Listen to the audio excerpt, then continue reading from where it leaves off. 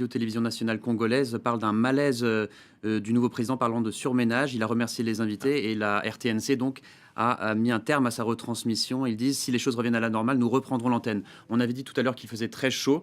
Donc visiblement, au terme de ce long discours, il a eu un malaise et donc la Radio-Télévision nationale congolaise a décidé de stopper le direct. Donc c'est une drôle d'investiture en ce Oui, jour historique pour le c'est moment. pas habituel. Thomas Nicolon, vous êtes en direct de Kinshasa. Thomas, vous confirmez les informations de Nicolas Germain. Félix Tshisekedi a eu un malaise, il a dû interrompre son discours.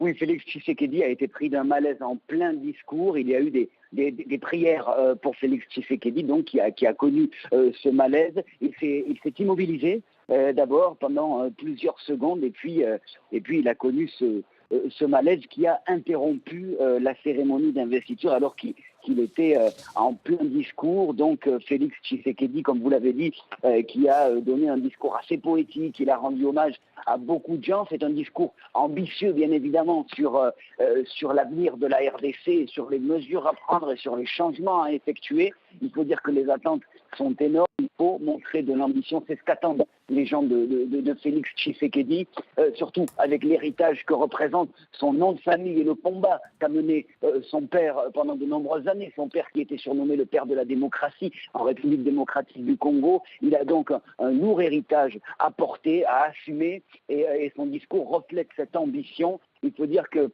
les combattants, comme on appelle les militants de l'UDPS, on les appelle les combattants à Kinshasa, les combattants attendent beaucoup de Félix Tshisekedi et ils étaient d'ailleurs présents en grand nombre aujourd'hui, une foule impressionnante, plusieurs milliers de personnes au Palais de la Nation. C'était une vision assez incroyable des militants, d'ailleurs que les forces de sécurité n'ont pas réussi à contenir et se sont approchés au plus près de l'estrade où devait y parler Félix Tshisekedi, qui a donc connu ce malaise il y a quelques minutes maintenant. Voilà, malaise du nouveau président de République démocratique du Congo, Félix Tshisekedi, en plein discours, discours que France 24 retransmettait. Ça veut dire, Thomas, que la cérémonie est terminée là? Pour l'instant, la cérémonie est interrompue. C'est tout ce que l'on peut vous dire au moment où nous en sommes. Un malaise en plein discours s'est interrompu. Rien ne dit pour l'instant que cette cérémonie est terminée.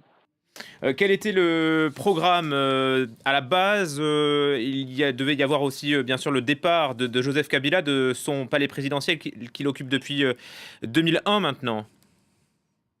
Oui, Joseph Kabila devait quitter tout simplement le palais présidentiel en compagnie de sa femme après un peu plus de 17 ans au pouvoir. Et puis le discours de Félix Tshisekedi devait prendre fin juste avant cela. Et puis c'était déjà la fin de cette cérémonie qui devait se terminer donc selon le programme à 14 heures. Il y a donc du retard. Il est déjà 15 heures, certes, un peu plus de retard suite à ce malaise de Félix Tshisekedi, le cinquième président de la République démocratique du Congo, mais tout de même un petit peu de retard sur le programme, quoi qu'il en soit. Après ce discours, c'est le départ de Joseph Kabila et la fin de la cérémonie.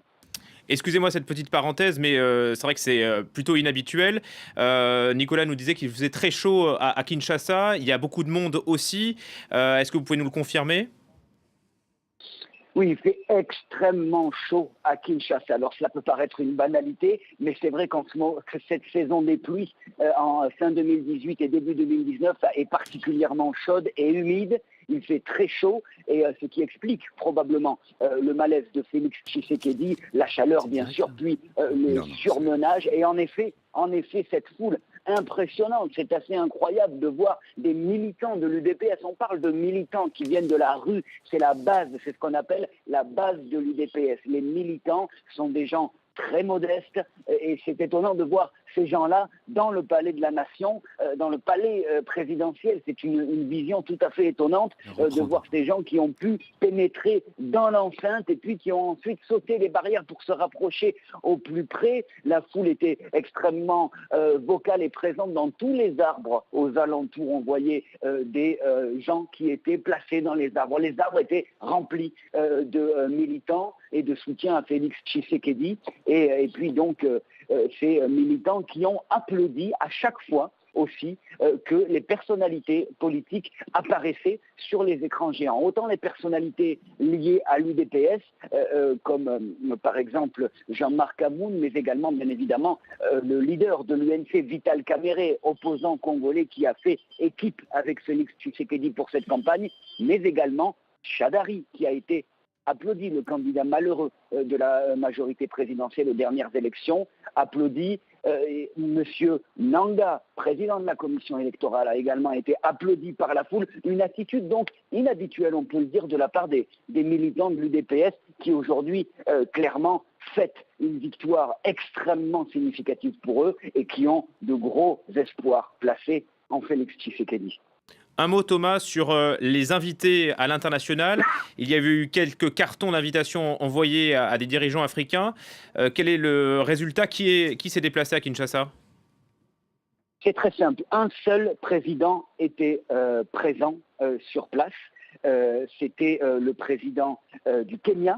Et ensuite, au niveau du Zimbabwe, il y avait le vice-président. Et ensuite, il s'agissait de représentants de certains pays d'Afrique, mais également d'Europe. Alors, par représentant, on parle de certains ministres ou ambassadeurs. Il y avait des représentants du Maroc, notamment, alors que le Rwanda et la Zambie n'étaient pas représentés, puisque extrêmement liés au communiqué de l'Union africaine qui avait demandé à la Cour constitutionnelle de retarder la proclamation des résultats définitifs. Ils n'ont donc pas été invités. Il y avait en revanche des représentants de pays occidentaux, notamment la France et les États-Unis. Merci beaucoup, Thomas Nicolon.